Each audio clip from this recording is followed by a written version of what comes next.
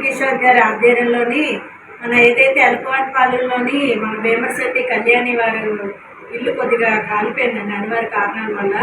అప్పుడు సహాయార్థం చేయలే, కొద్దిగా ఆలస్యమైన కారణంగా వాళ్ళ అమ్మాయి ఇప్పుడు మెచ్యూర్ అయ్యింది. ఇప్పుడు మనకి హరికిషోర్ గారి ఆధ్వర్యంలోని ఆయన సహాయార్థం